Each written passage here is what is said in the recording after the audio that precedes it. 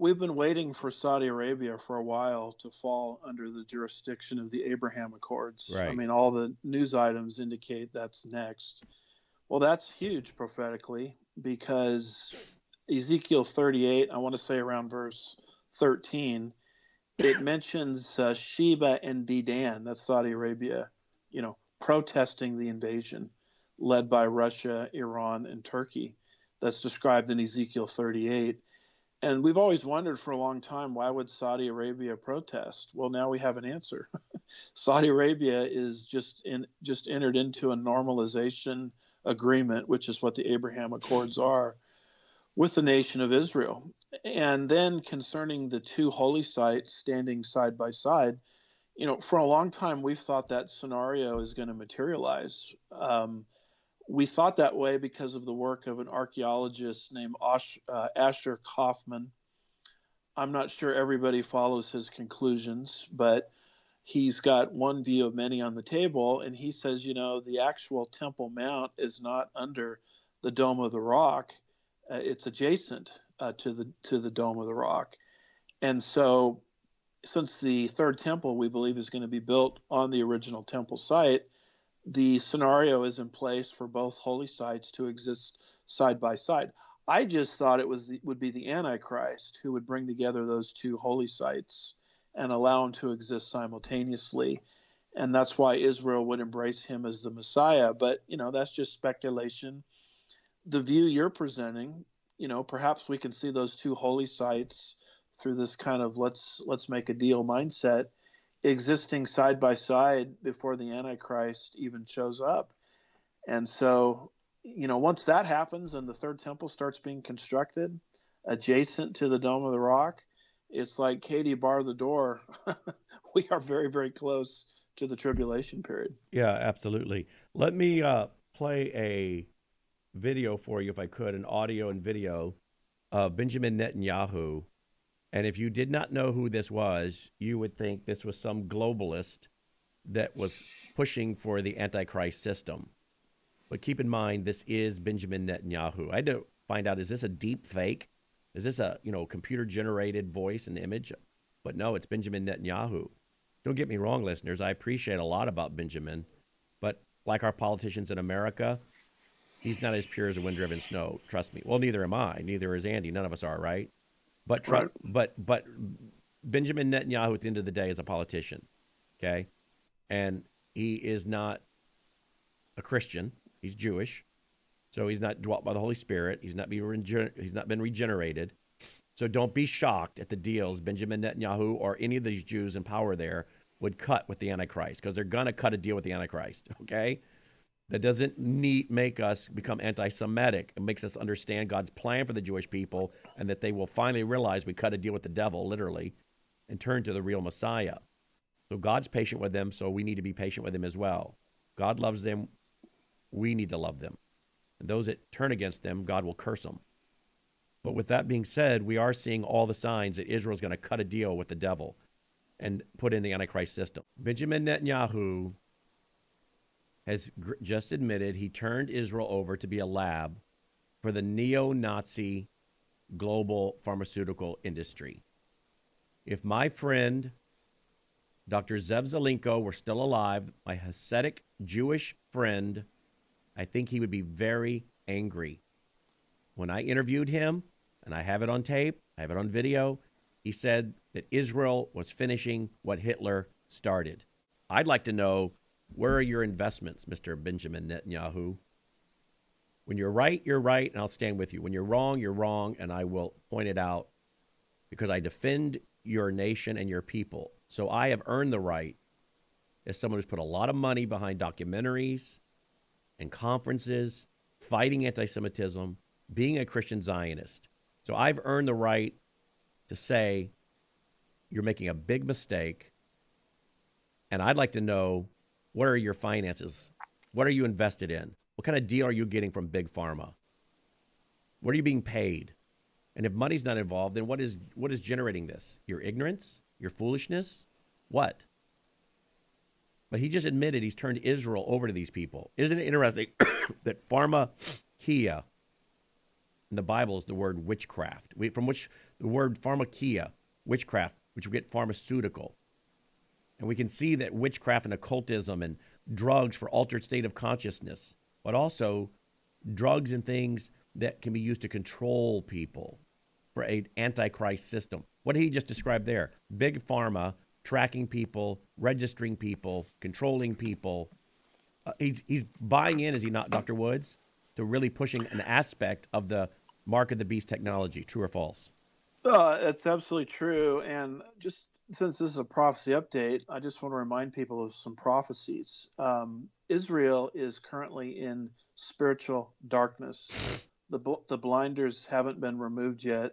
Romans chapter 11. And in fact, prior to that point in time, Revelation 11 and verse 8 describes the city of Jerusalem as being dominated by the spirits of Sodom and Egypt. And beyond that, Daniel 9, verse 27 says they will enter into a covenant with their arch enemy, the Antichrist, who will be more vicious and malicious and deceptive than even Antiochus Epiphanes, what he did to the Jews in the intertestamental period. Daniel 9:27 and Isaiah 28 says they will enter into a covenant with Sheol itself. And the false prophet will come from the land, Revelation 13:11, which could be the land of Israel. So all of that to say, when you see Netanyahu saying these kinds of things prior to Israel's conversion, it's not surprising at all. Creating handmade wooden flutes for the third temple. We got into that last night with Aaron from Israel Live. Again, the convergence of things, including the man that has now been tapped by Benjamin Netanyahu to oversee national security that includes controlling the Temple Mount, is one who wants to see a third temple. Aaron also last night made a connection between something up there on the Temple Mount being uncovered that had something to do with the blood that would flow during biblical days, during the sacrifices. And he named all these things that have just been uncovered. Then you add the fact that you've got these 5 red heifers. I mean, there's a lot going on that's pushing us toward this third temple. All these stories you're talking about, including the news item that you just put up, where musicians have dedicated their lives to playing music in the third temple, all of them relate to number 2 there. And of course, that's prophetically significant because of Daniel chapter 9, verse 27, which says midway through the tribulation period, the Antichrist will desecrate the rebuilt Jewish temple. Obviously, that can't happen unless you have a temple. So all of this third temple talk that we saw in 2022, boy, get ready for that to accelerate. In fact, I've got several stories I don't even have time to send you that are breaking in real time as I speak. And I think a lot of the things Aaron shared on your program would relate to that as well, related to temple number 3. And so, gosh, folks, let's wake up and smell the coffee. And here's the thing, too, Dr. Recognize Woods. the signs of the times. What we're discussing on this show, Brannon House Live, and we talk about it a lot every Friday for, 12, 13, 14, 15 years. I have to go back. We've committed to the Middle East and Bible prophecy every Friday. What we're talking about related to this temple will be the biggest news story in the world, and you will finally see people talk about it who've not ever discussed it. Well-known talk show hosts, secular, Christian, whatever, they'll all be talking about it. And this audience will be completely up to speed and aware of it because of the education we've been giving you for all these many, many, many, many years. But trust me, the day's going to come when this temple talk will dominate. And you're going to say to your family and friends, I know all about it. Let me tell you about it, because I've been watching a show that brings on one expert after another who's been explaining this to us for over a decade, well over a decade, maybe a decade and a half now. So trust me, this is going to be the story of the year whenever that year arrives. Would you agree, Dr. Woods? Yeah, I totally agree. And can I throw something else into the mix? Yeah. Wait till they start rebuilding Babylon. Yeah. Your audience will be one of the few that will say, "Oh yeah, I know all about that." Yep. because Christendom at large has allegorized that prophecy, like many do with the third temple prophecies. And here's the bottom line: if God can literally predict his nation coming back in unbelief and being invaded by a specific group of people and being protested by a specific group of people, I mean, how hard is it for God to predict Temple 3 and the rebuilding of Babylon? And once again, information is one of the most powerful tools you can have. And because people have been listening to people like yourself, myself, the late Jimmy DeYoung, etc., it'll be like a review course, whereas the rest of the world is going to be stunned. Dr. John Whitcomb, who I interviewed every Tuesday for years on end. You've written a book on Babylon. I've written The Coming Religious Reich, 500 pages hardcover on all this. I mean, you just watch, folks. Part of me wishes we'll be here to see it, that some of this gets underway before the rapture. Other parts of me, the bulk of me says, no, I'm ready to go now. If I continue down this hill health-wise, I may be gone before the weekend's over. Let's go to this headline. Creating handmade wooden flutes for the Third Temple. A Knesset committee discusses whether a new minister will be appointed for the Third Temple. Wow. I mean, these are big deals. Let's be joined. You want to say something, Dr. Woods? Well, I was just going to say, concerning that second article there, that's actually, it's got verbiage in it from a committee meeting within the Knesset where they were debating a law, and then all of a sudden the discussion broke out to, hey, how is this new law going to affect the Third Temple once the Third Temple is rebuilt? Right. And so that's the mindset of the Israelis. Ready to rebuild is a great summation. Wow. All right, let's get joined here by Dr. Rob Lindsted. Dr. Lindsted, welcome to the broadcast. Thanks for joining us. Yeah, good afternoon. What do you think about what you've been hearing us talk about thus far? Well, it's exciting for sure because, like you say, this is one of the important things that brings about action that it's in the tribulation. And it's unbelievable that in the last 48 hours, we've watched the Security Council, the UN Security Council, actually bow down to a number of countries. The country that initiated this was China. And of course, we know they got it from the Palestinian Authority people. But they've now had Russia join with them, Turkey joined, Germany has joined. I think there's a whole list of countries. And so, and I don't know, I didn't see the whole thing. If you actually played the clip, a 2-minute clip that the Palestinian Authority presented to the UN, it was so damaging in terms of its truthfulness and in terms of its I'm going to say, nasty attitude toward Israel. And then to see how Israel responded is really very important. But can you see how Joel chapter 2 is going to come true when it talks about how the nations are going to come against Israel, and particularly against Jerusalem? And I think it could well be centered over this Temple Mount dispute that's taking place right now. I think there is an injustice in the status quo that has existed since '67. We need to work to change it so in the future, Jews, with the help of God, can pray at the Temple Mount. These are the words of Erdan, the minister, that Erdan, the ambassador, will try now to walk back. Wow. Dr. Lindsted? Yes, there's that one, and there's another little clip. Maybe Logan could load that up, but let's examine what they're saying, because in '67, when Israel, in a war, took over Jerusalem, and they took over the Temple Mount, and matter of fact, a friend of mine is actually one who was involved. He's lame in both of his legs as a result of friendly fire that occurred in capturing the Temple Mount, and so Israel agreed to status quo. It was a mistake. And what's interesting is yesterday in the United Nations, the ambassador to Israel indicated it was a mistake, because instead of working with civilized people, where the status quo meant that we had the right to come up and pray. In other words, they're saying the Palestinians can pray. You can pray at Al-Aqsa Mosque. you could go to the Dome of the Rock. It's not a mosque. It's a site. It's where they say Muhammad went to heaven dead on a horse. And I don't know about you, but I'd say if Muhammad was dead and went to heaven, I think the horse may be more significant because he was alive and he jumped from earth to heaven. That's a pretty impressive horse. But they said, okay, we're going to give them those two sites. The second and third holiest sites to the Muslim people are there. But the first holiest site for the Jews is there. An important place for Christians is there.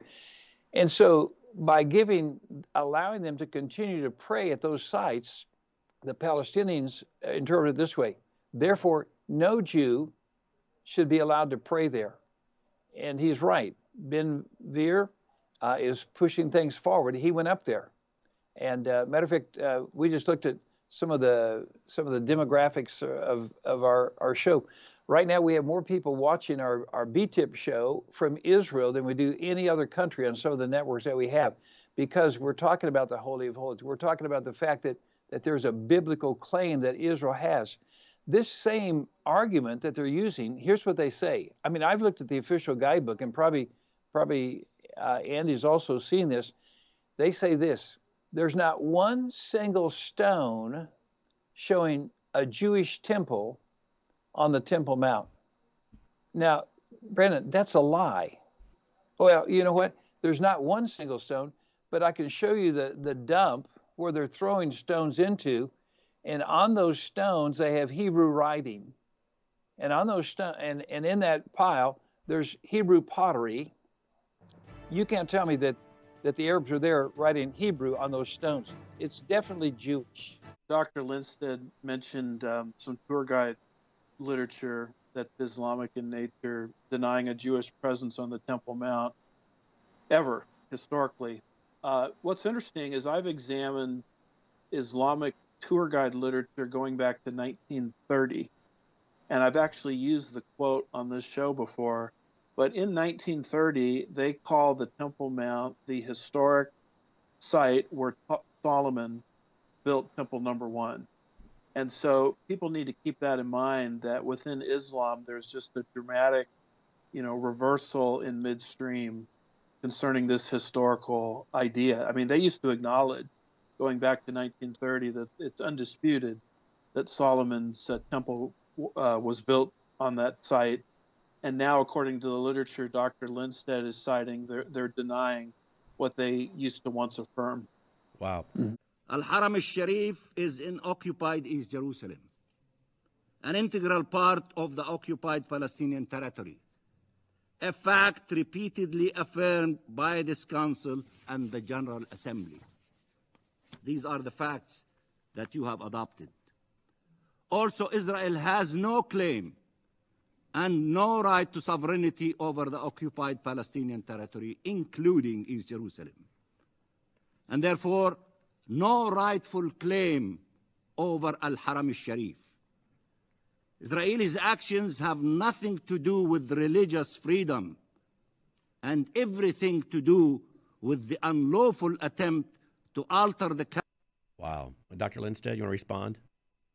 Well, you see, this is the idea that if you repeat a lie long enough and loud enough, people begin to say it's true. And so there's so many faults with what he has. But let me show you one of the dangers. Number one, they mentioned storming the Temple Mount. If you'd see a video of Ben Veer as he walked up there, was there for 13 minutes, caused no problems at all. Okay. Recently, just in the last month, I met with a man who was a rabbi. He went to pray at the backside of the Eastern Gate. Wouldn't even go up there. Wasn't allowed to. I'm told I can't bring a Bible up there because a Bible is a book for terrorists. It ignites terrorism in the world. Those things are not true. But following the same line, Russia, on December the 25th, Russia announced that they now want back 3 churches that they say belong to them. This is the Church of Mary Magdalene. And of course, this aroused some of the people in England because some of the English patriarchs are buried there. But they say that there's 3 churches there on the Temple Mount and in the Old City that are actually Russian territory. Russia now says we demand that. So here's everybody demanding a piece of Jerusalem, and the Bible is clear that Jerusalem actually belongs to God.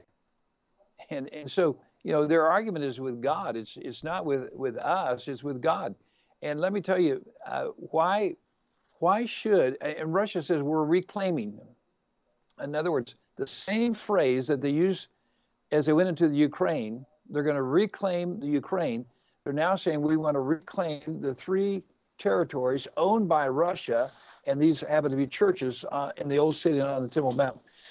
I find it interesting because just in the last 2 days, there's a Sanhedrin, and many people think that the process will be, before they begin to do sacrifices, that they will verify whether the cremated ashes are legitimate. They'll purify a Sanhedrin, then they purify a priesthood, and then they begin animal sacrifices. It's interesting, on January the 4th, the Sanhedrin, that has 71 members, they met together, they adopted some concerns, and they even said, here's how we will progress as we have the opportunity to begin sacrifices on and around the temple area. It's going to be a showdown. Wow. And I think that the Antichrist is going to use this as a bargaining chip. I think somehow they're going to give permission to Israel, and that's what's going to allow Israel to set down their weapons, and it's going to be a sad day for Israel because the Antichrist cannot be trusted. 15 seconds, Dr. Woods. Well, Dr. Lindsted and I think alike, because, Brannon, the first news item I sent to you today was those 3 historic churches that Putin now wants jurisdiction over. Wow. Well, folks, the timetable is moving fast. If our eschatology is correct, and I believe it is, we're not long for this world, are we, guys? Amen. I'm looking for Jesus to come. Amen.